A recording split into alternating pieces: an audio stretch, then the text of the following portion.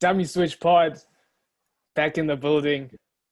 Yes, sir. Yes, sir. Unfiltered, unfiltered rugby opinions. We're back for this week. Chris, how are you? I'm good, Courts. How you doing, bro?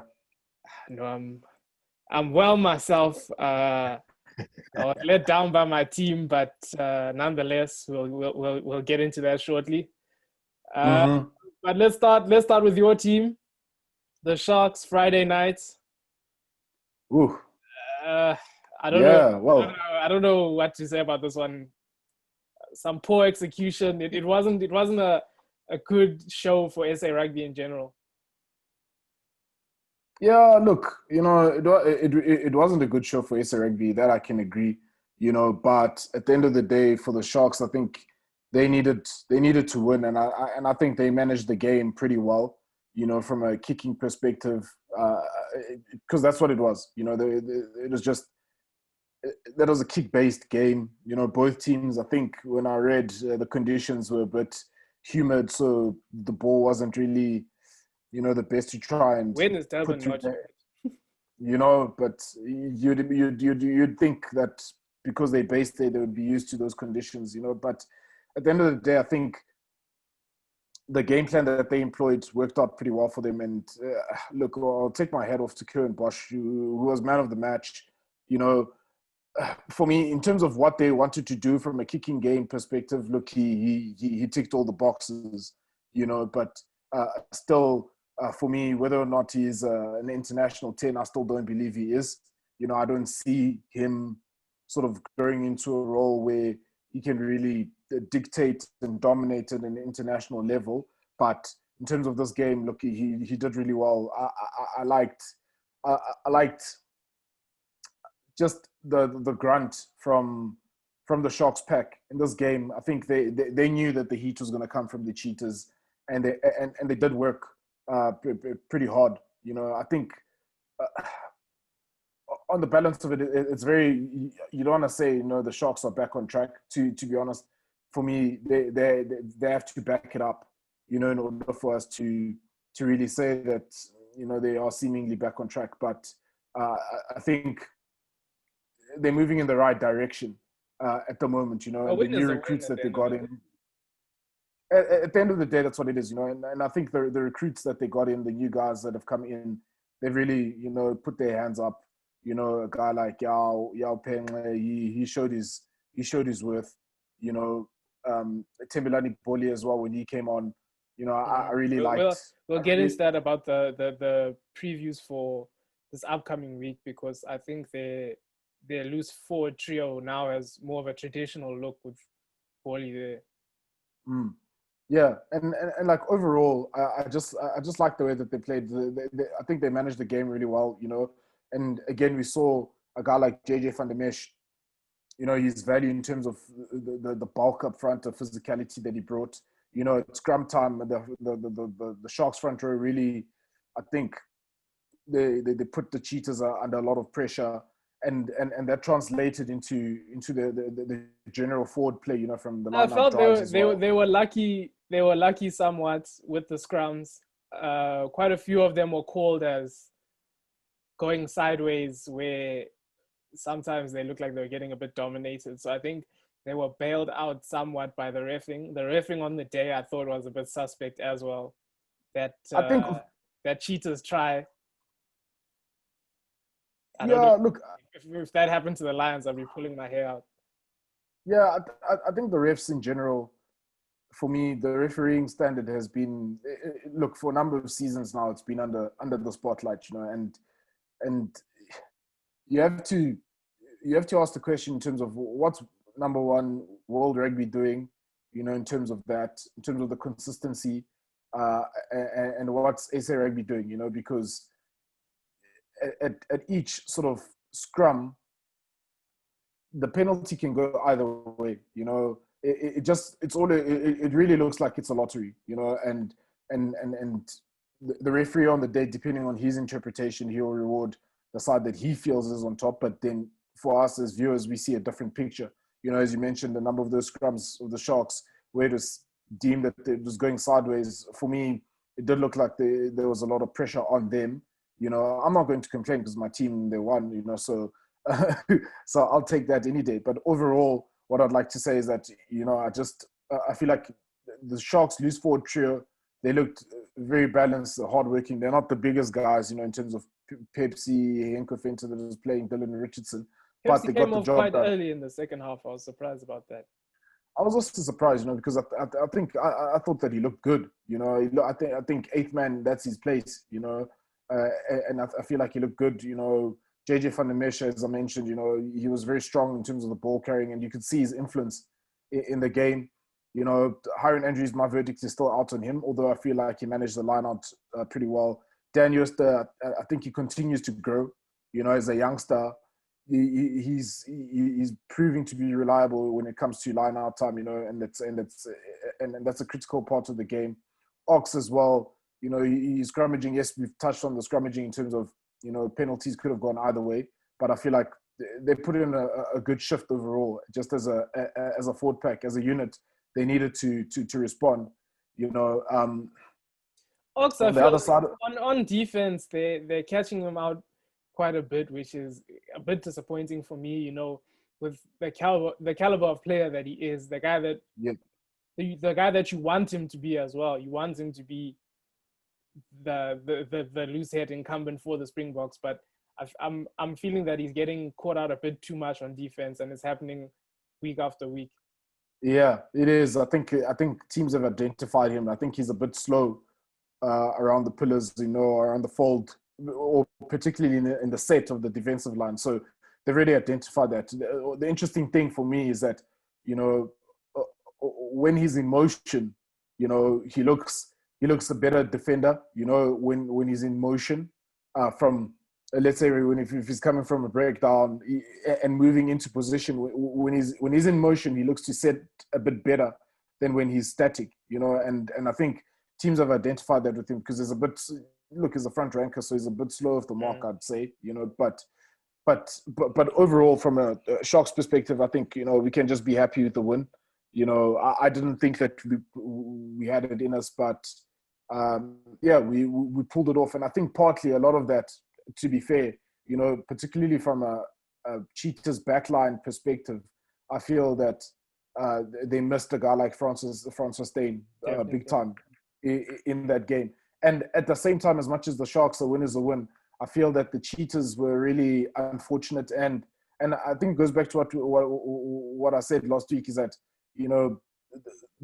the time off, because they had a bye and they didn't play the game against the Lions, so it's effectively 2 weeks without game time, and I think that's what really cost them in terms of them being able to continue their momentum. I think that's what really caught them cold, and we can expect them to be a bit better this coming week, because uncharacteristic areas from Clayton Blommetjies as an experienced player, in terms of fielding the high balls. They just didn't look like they were. Malcolm Yah as well. There's questions, surrounding the high ball with him as well.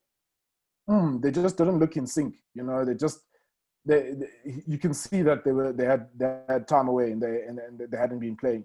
But overall, look, you can't take it away from the Sharks in terms of grinding that one out and getting the win, which they desperately needed. I feel they desperately needed that win more than the Cheetahs, and they got it. Cheetahs, I think for them it'll be a speed bump along the way. It was good to see, Junior Pokumela had some good moments in the game. Andy Sanzila, even just the tight five in general. The backline didn't fire on all cylinders as they had been in previous weeks. But then it was good to see a guy like Opa Mahoje get back. After he's had a torrid time with injuries. So.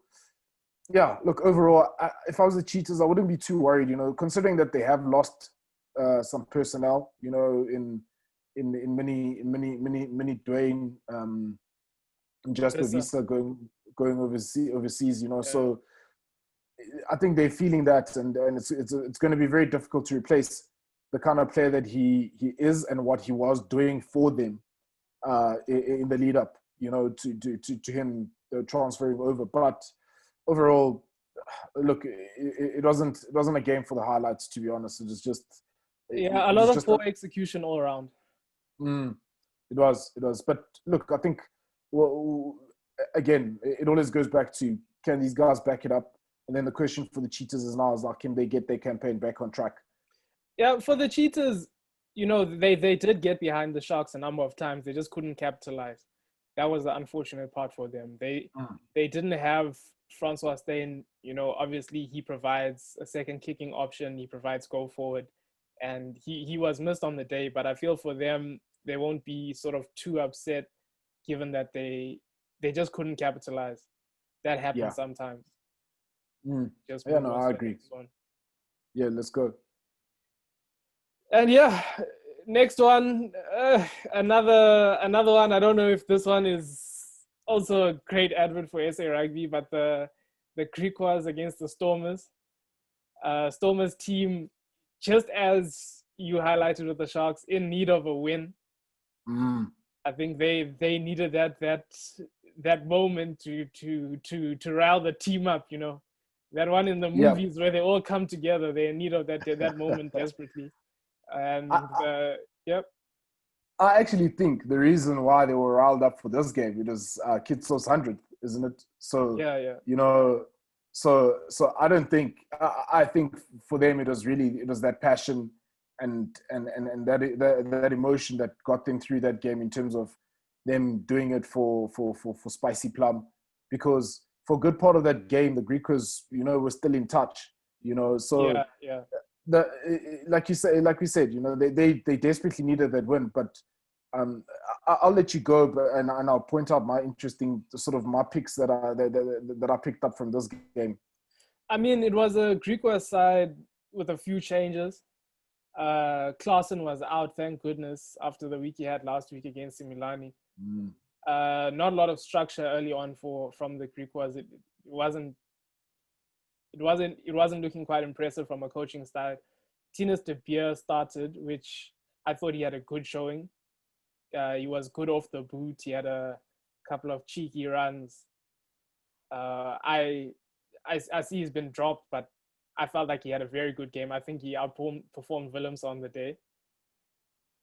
I think the reason why he was dropped, as much as I think he had a good look, he had a solid game, overall, but critical were the 3 points, the penalties that he missed, because you could argue that had he converted those points, in keeping the Griquas in touch and possibly getting them level or just ahead, it would have sort of influenced the game going forward, because the Griquas would have thought they would have been but I don't necessarily feel like you can put that all on him, because what you're talking about is that moment where he misses a penalty, scores not that far apart, 22 drop, and all of a sudden the game runs away from them. That's when they had that kick ahead for Angelo David's try. I mean, I don't know if you can necessarily put that whole pivotal moment of the game on him, where it's sort of the team falling apart. But I understand what you're saying. Yeah, look, I'm not putting it all on him. I think at the end of the day, it's a team sport. It's the whole match day 23 or 25, whatever it is these days. Depending on the coach, it's a team performance. And I feel like overall the Griquas are just in a spot of bother, because number one, they've lost a lot of personnel. To the bigger union, so it's a lot of changes, and I feel like for them they're sort of starting again, and that's their disadvantage that they have, and they allowed the Stormers to play, essentially, but in saying that, I feel the Stormers looked a bit better than they have in previous weeks. As I mentioned, I think the fact that it was Steven Kitso's 100th game, it would have inspired them for sure, but they had some sort of good shining lights out of that game. You mentioned Angelo Davids. I think he's a way better winger than Leolon Zas. He looks so much better. And you've got to wonder why he hasn't played before. Yeah, exactly. I mean, considering his Blitzbok experience as well. But I would say, their backline looked a bit more settled this time around, and I'll give credit to Paul de Wet. I haven't really rated him that highly, but in watching him this past weekend, he just looked a bit more assured, more solid uh, than what Herschel Yankees has looked over the weeks. In terms of his decision making was spot on. And he just got that good flow with for the whole team. I really liked the way that he played. And I Even when feel he like moved on to the wing, as well, and he had something about him. The goose steps. He was pulling out a yeah, few moves on the wing. yeah, and I feel like he brought that. His calmness sort of made Damian Willems allowed him to be calm. But at the same time, we need to also give credit to the forward pack that did the work, to sort of Yeah. to get them that ball, albeit that the Griquas were really not up to standard, But There the was fact of the matter, the Griquas were out scrummed throughout. Their lineouts were disrupted. Essentially, you can't form much with that. that's exactly it, And the Stormers, look, good on them. They capitalized on it, I still think, a guy like Yanner Augustus, look, he didn't, as much as he scored a try, for me, he just, he doesn't, he looks a shadow of the player that came onto the scene, and he hasn't found his best form yet. I think that whole pack is still, again, they seem like they're finding themselves, they rhythm again. And you could only hope that they get better, perhaps now with game time, their fitness levels may be improving, because we've been saying that they just, the Stormers as a team haven't looked pretty much as a fit unit, And I think another thing that I can point out is with that Stormers backline, with Renal coming in early, I feel, he's a very solid player that in that backline, and I think he brings a different dimension. He brings an attitude. As well.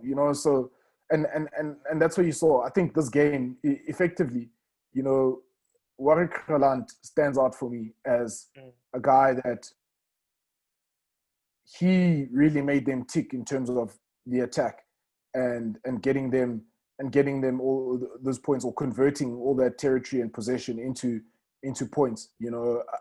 Otherwise you take that away, you don't really see any other creativity coming from the Stormers, to be fair, and that's why I say, look, they desperately needed the win, but whether or not they're back on track, that's still to be seen, because they need to back it up as well. 6 tries to 0, but it was hardly impressive. That's the thing. That's the thing. Scoreline, and if you're none the wiser, you would think, oh well, the Stormers have got the show back on the road. But the proof of this pudding is going to be in the eating when they play the next game, which we will get into. Yeah, and they're going to get eaten. But Griquas, I mean, Franca, nice big hit. I've been a fan of him.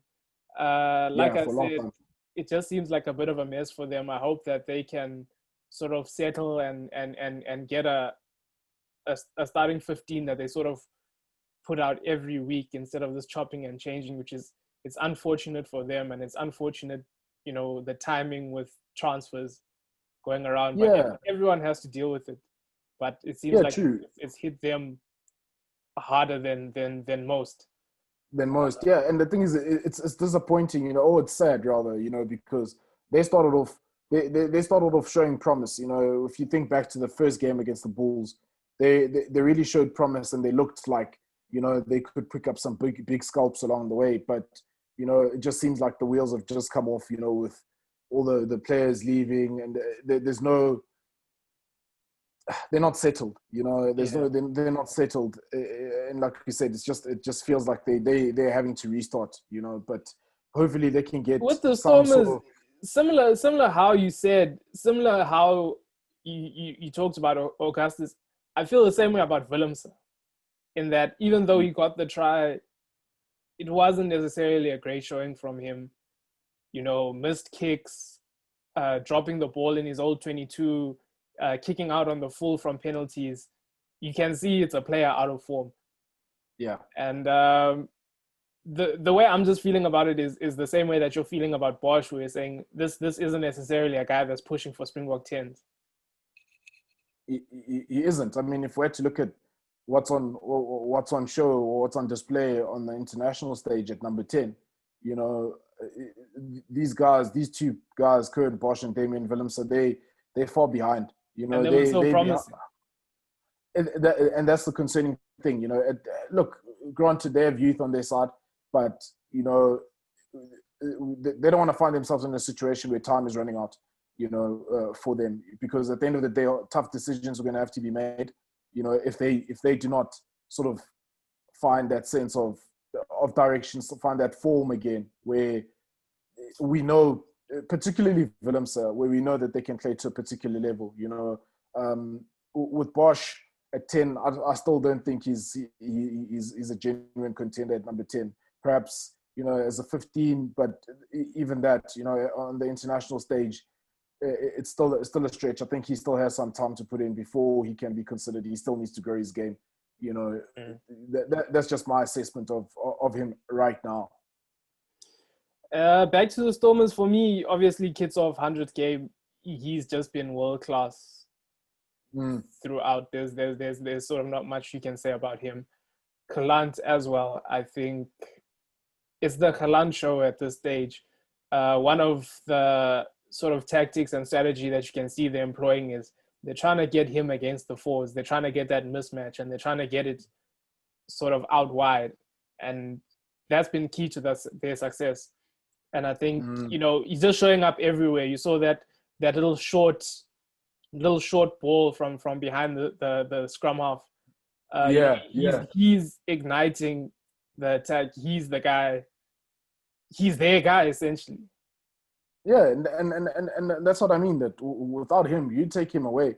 You know, you don't see anybody else from the Stormers that's going to spark or ignite, you know, them to, or get them to convert. However, I must say that Ricus Pretorius was dominant, so I can't necessarily leave him out. Dan du Plessis also, he had a good game, but Ricus was dominant.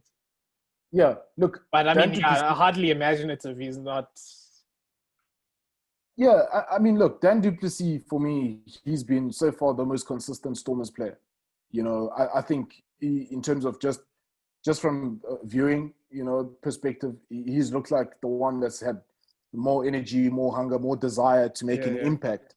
You know, and then Ricus Pretorius, I think he's coming into his own. You know, and we're still going to see a bit more from him as a youngster. They're touting him as a promising prospect for the future. You know, so. I think he's sort of under the radar right now, but he's definitely going to grow into potentially, you know, a world-class inside center. But again, still to be seen. But for me, like I said, you know, and I think we can both agree, you take away Galant out of that mix, you know, there's nobody that's bringing that attacking flair and energy that the rest of the team can feed off. In my view, and creativity in that sense. Yeah. Besides that, it was good to see Angelo Davids play. It was. You know, he's exciting. He's got also an attitude that he brings to the team, and it was good to see him play. And you can see he's a good finisher. Hardly did anything wrong on the day. Going forward, I'd like to see him get tested. I'd like to see him against maybe a Springbok wing or someone pushing for that level. So sort of see him duel it out with someone on that level will be interesting. But Zas, I think from now, he must just speak when spoken to. And no, he's got to sit down. He's got to sit down. You know, keep quiet. He must keep quiet, that guy, you know, and I think the finally the Stormers coaches work up to that, you know, and look, yeah, that guy's got problems, you know.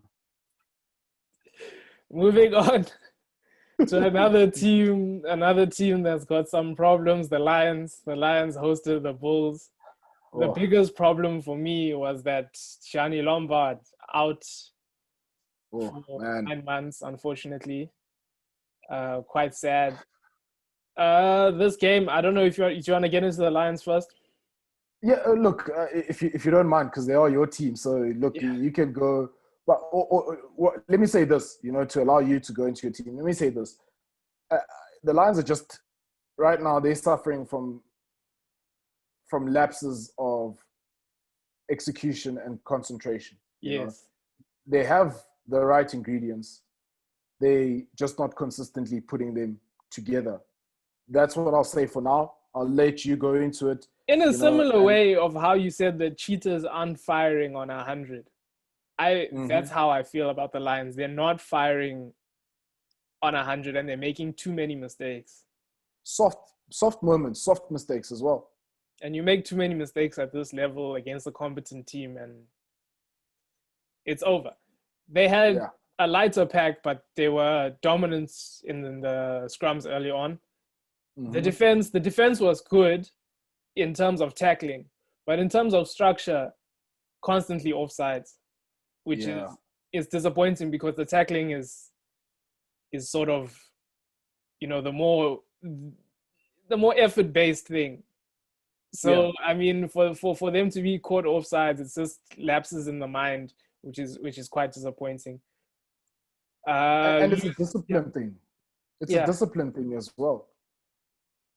Losing the ball in the Bulls 22, or rather visiting the Bulls 22 and then not getting any points, that was a problem for them throughout. Whereas the Bulls, once they're in your 22, they're going to get points, and that constant ticking over of the scoreboard, it sort of lets the Lions down, that they can't do the same. Sometimes you just feel like they need to keep it simple as well. I mean, you're on the Bulls 5-meter line, you're doing a line out with 3 dummy jumps. It's unnecessary at times. So, I mean, it causes a bit of frustration on my part. They had good phase play. They eventually got it together with Lombard taking it to the line. Yeah, it looks like Jansch's light. Very, very nice movement. Pass out wide to Berger Odendaal. And it looks like that's the set center partnership right now. Yeah. Yep.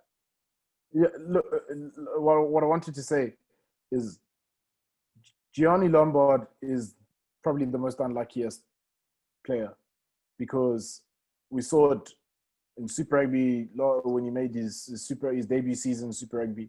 Just as he was about to fire, he gets an injury. Now in Super Rugby Unlocked, just as he's firing, he gets injured, and from his general play and his ability to come in, because I think his experience of playing 10 as well throughout, at schoolboy level, and he's adapted, and he can play 10 as well at professional level, is that, he brings that dimension, and it's like a Yankees light, but he's just got that something different about him. His X factor, just for me, is a bit. He's got greater X factor, and he's composed. Yeah, he's definitely one for the future, and it's just really unfortunate for him, But I just echoing what you said, the Lions, for them, they are their worst enemies right now, because they're giving away soft moments, soft opportunities. I mean, even the Bulls tried to Stedman Gans, good on him for being on Johnny on the spot all the time, but that shouldn't have been a try. It shouldn't have been. They shouldn't have pushed it too far. I think that's the issue with the Lions, that they're so ambitious that they want to almost play from everywhere, and they also want to almost be so inventive all the time that sometimes it does cost them. And I think they're a young squad, and it's just that maturity and understanding the balance and the flow of the game, when to whip out the magic tricks. There's a line between being reckless and wanting to play the ball. And there's also, it's sort of a line where you're like, do these guys even care at this point? But there were some good performances. Skosan, I felt like he did well on the day. Stian Pienaar bouncing Creel and almost bouncing for Mullen was lovely to see. The locks, they did quite well. Ruben Skuman, he's been showing himself recently, which is good to see. That's it for me in terms of they weren't firing. They were giving away too many penalties.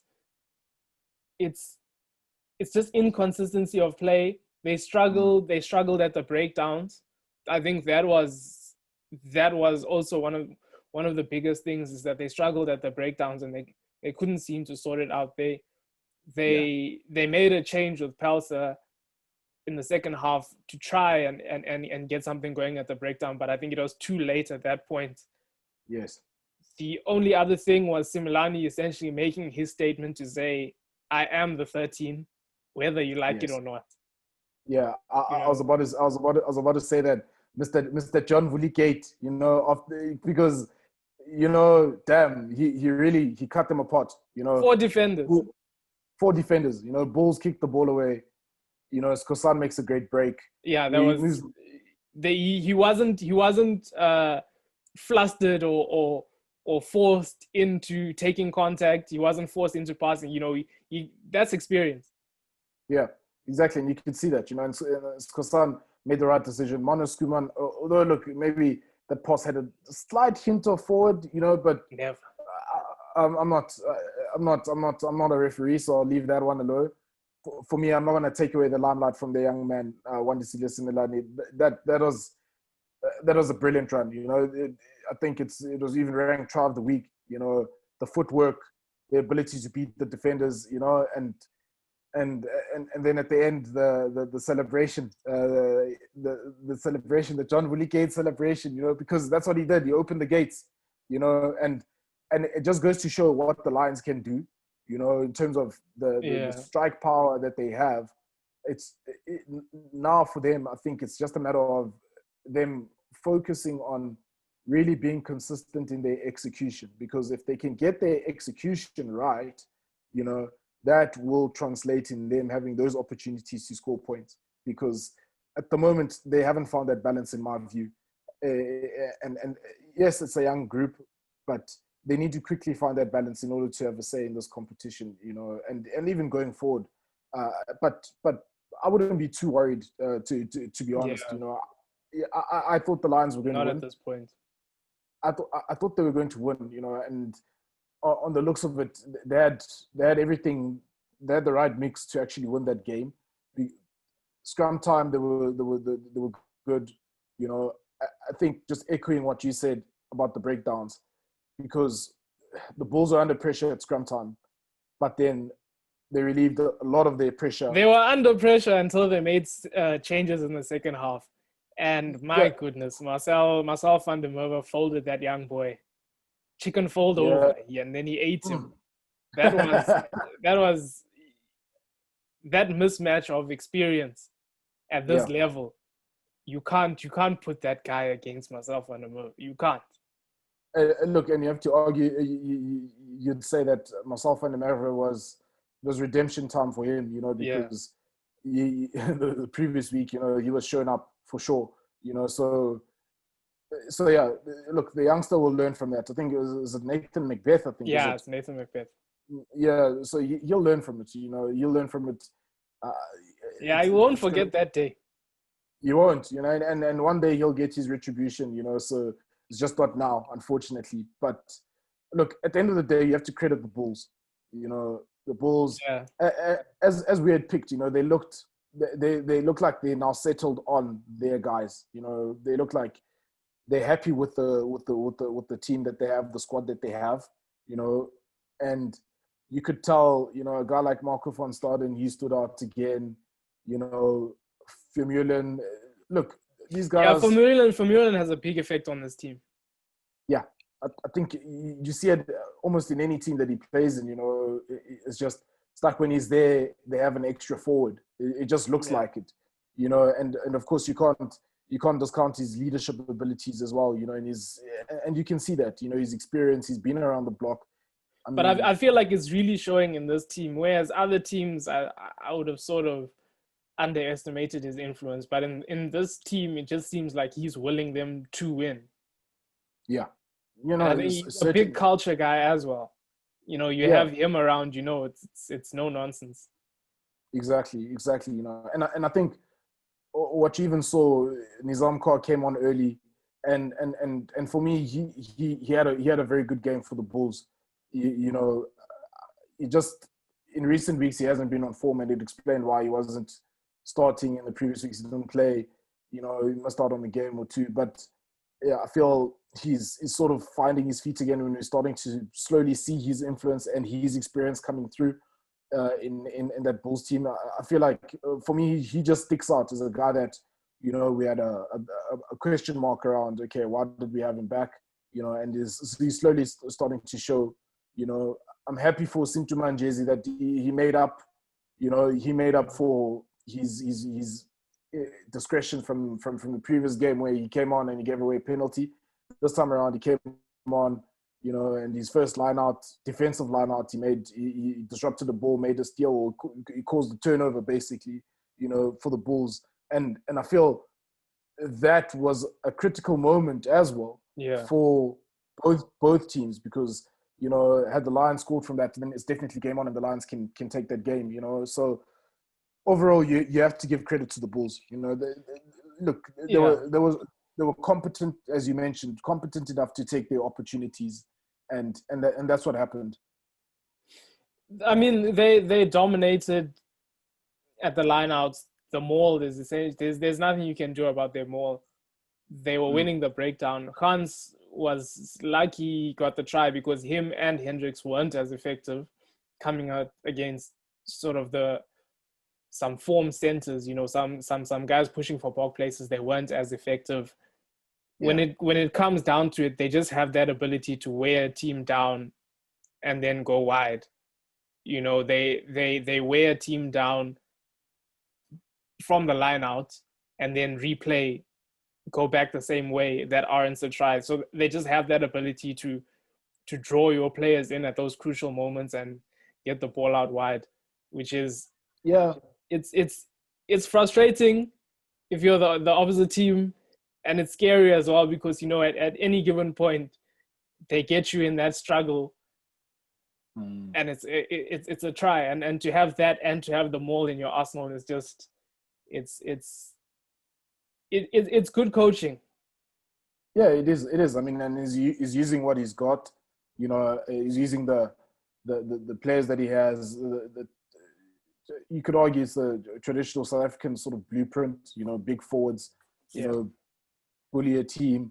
And then one thing we cannot forget, and you'd have to commend, is the kicking game as well that they employed. The kicking off 9, kicking off from 10, and then the other part of it was the chasing. And here, you'd have to give credit to a guy like Travis Ishmael. Because he was doing a lot of work. He was doing a lot of work, and look, he's also, I think, he was on a path of redemption. From his blunders early in the season, and now he's starting to show why, Jake White had that faith in bringing him back. So all in all, with the Bulls, I think they can be happy with the progress that they're making. And they certainly looking like, they want to kick on to another gear where they can play. They impose their game on other teams. Whether or not they can be consistent in that. They will have other tests, so that's still to be seen. But if I was Jake White, I'd be satisfied with what I've seen. From the Lions side, I wouldn't be too disappointed. I think more than anything, I'd be more frustrated. Because the opportunities are there. They're getting in the right parts of the field. They're getting the possession. They're getting the territory. They're just not converting. And it's just they need to find that balance between overplaying and not. But overall, I think for me that game was the game of the weekend in terms of Super Rugby Unlocked as a highlight for me. It was a better game. It was a better watch for me. As tight as it was in the beginning, you could feel that it was a real close contest. But overall, it was just a good watch. And moving on to what we'll be watching this weekend, Griquas at home versus your Sharks. I've got the Sharks by 12 points. Griquas struggled last week, as we mentioned up front. Let's see how they get on. Klaassen is back in. Yeah. I love watching him fail. So we'll see how that goes. I'm picking on him at the moment. Banda is in. He's a player I like. I like him too. Keen to see him as well. Mm. De Beer out. I would have preferred him in. Kasende is back on the bench. Verity from what I saw, was left out. Yeah. The Sharks, for me, Boli in, more of a traditional loose forward setup with the fetcher, sort of the hard man, and the number 8. Formink at 15. Good to see someone more recognized at 15 there instead of Lubbock. Jeremy Ward, not too impressive for me, but they've got good wings out wide. And I've got the Sharks by 12 on this one. Yeah, look, with this one, I'd say Sharks by 12. I'd say maybe, but I'd say I'd put it 15 points plus for the Sharks. Yeah, mainly surprised. Mainly because I feel they have just slightly a bit more continuity, and I feel like a guy like Tembelani Boli coming in there, he's a bruising player. You know, I feel is a big bruising number 7. And I think he'll allow Pepsi to sort of be on the wider channels in the 8th man position, and we're going to see a bit more of a free flowing game from the Sharks. And I think this may be the game that they actually click. You know, not completely click, but this may be a game where they actually get their. It's a chance for them to be impressive. Yeah, it really is. You know, I think the only thing that I'm still sort of not convinced about is the lock pairing, to be honest. You know, Ruben van Heerden and Aaron Andrews. Yeah. Yes, I understand. I just see JJ van der Merch having more of an impact as a starter than coming off the bench. You know, and I guess it's a tough decision between, you know, who to leave out. You know, because I don't see Aaron Andrews being an impactful player off the bench.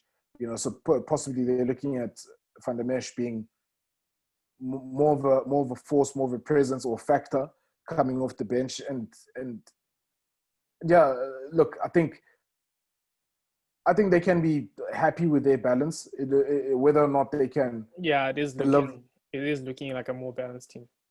Whether or not that they can deliver again or back up on their win against the Cheetahs, that's still to be seen. But I think they'll be confident that, you know, they beat the Cheetahs, that they can sort of start building on something again. And look, the Griquas are there for the taking, because the Griquas haven't really been, they really haven't been impressive for reasons that we've already mentioned, you know. But I do think that we will have some sort of a response from the Griquas. Yeah, that's what I'm looking for. I'm looking at scrums and lineouts, how they sort it out. And I mean, there have been some changes, so we'll see how that goes. We'll see how that goes. But yeah, I'll say Sharks 15 plus, to be honest. Next game, Lions versus Pumas. Lombard, obviously, as we mentioned, he's out. Morne van der Berg out. It's good to have Cronje, his experience, stepping in. Tiaan Swanepoel comes in for Lombard. To me, he was impressive coming off the bench in sort of short sample sizes, but to me, he's looked impressive. He looks like a big ball carrier, a big, strong guy, and I'm keen to see him play. Taimane, I hope he can get more game time. It's a young loose forward trio, and I think I'd like to see him maybe come on early on in the second half. The Pumas will look to target that young loose trio because they've got some serious vets there, a wrecking crew. Those are some serious guys, eh? Yeah, they do have, you know, a very influential loose trio, the Pumas, you know. But one thing I think the Lions, you know, with a guy like Willem Alberts in there coming in at lock, you know, he'll bring that experience, that's for one, and that confidence factor. Yeah, and they may try and make sure they're not bullied. Yeah, and knowing that they've got the bone collector there, so he'll be out there he's going to definitely be looking to make a statement, you know, in terms of, leading the young Lions team. One thing for sure is that they will feel the loss of Gianni Lombard. Although Tian Sonopor, I think he's shown, as you mentioned, in coming off the bench, he's got the goods. He can deliver. I'm just glad that there's some sort of continuity in the centers with Bergo, Odendal, and Similani. I think they're the pick guys, to take them forward.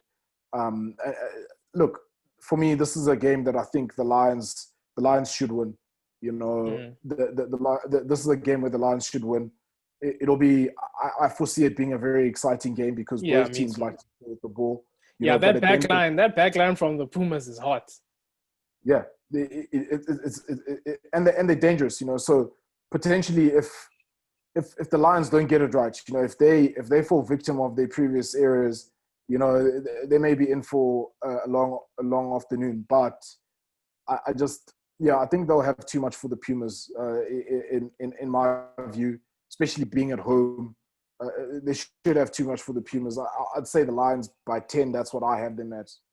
Yeah, I've got Lions by 15. But as you said, that second half, when they bring on Ginter Smarts, I think they must watch out. It's going to heat up at that point. Very, very dangerous backline.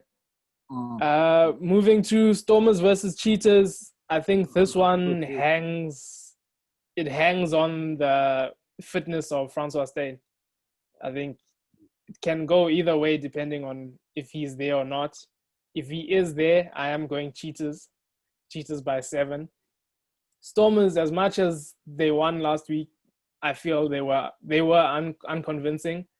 And I saw Kate Volliter is on the bench. So Willemse needs to watch out. Mm-hmm. From what I saw, De Vet was totally left out, which also I feel like Jantjies is quite lucky on that one. So, I feel like competition for places there is heating up. But I've got the Cheetahs. I think they'll capitalize, and having that second kicking option, that go forward ball, I don't see them making the same mistakes 2 weeks in a row. Yeah. Look, I'd have to agree with you. Yes, the Stormers got a win last week, but it just seems like at Newlands they haven't been able to put performances together.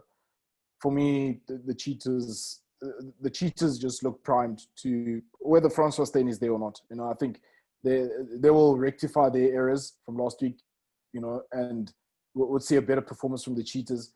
And they have Jandre Rudolph starting at 8. And he's been a nuisance in this Super Rugby Unlocked when he was playing for the Pumas, and I think he'll continue in the same fashion now with the Cheetahs. I think, I just think the Cheetahs they'll just have too much momentum for them, too much synergy, and you can expect a guy like Damian Willemse to be under quite a lot of pressure. And as much as you say the game it hangs on Francois Steyn, I actually think the 10s in this game, we all know the battle up front, that's going to be key. The scrums, the Stormers have got a solid scrum. So, and looks like they sort of have that old firm back. Not necessarily the old firm, because Skara sometimes is in and out there, but they've got Malherbert, they've got Kitsov, they've got Ndubeni in there. So it's an all Bok front row again, and look, they're definitely going to put the Cheetahs under pressure at scrum time.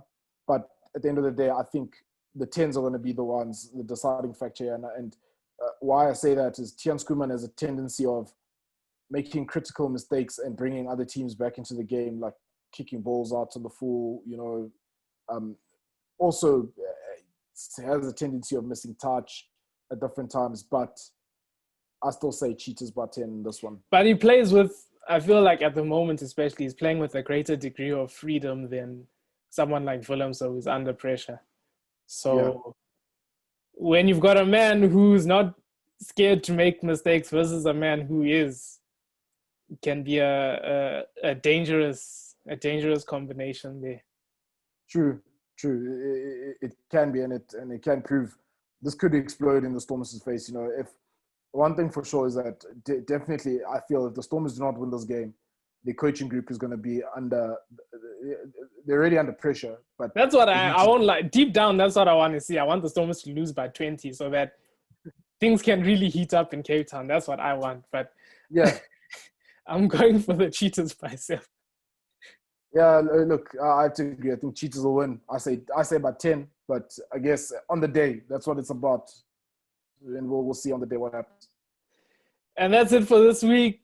Dummy Switch Pod, unfiltered rugby opinions. Thanks for watching, guys. Like, share, subscribe. Come back next week. Yes, sir. We'll see how right or wrong we were. Good episode. Thanks, Chris. Thanks a lot, Courts. Cheers. Cheers, guys.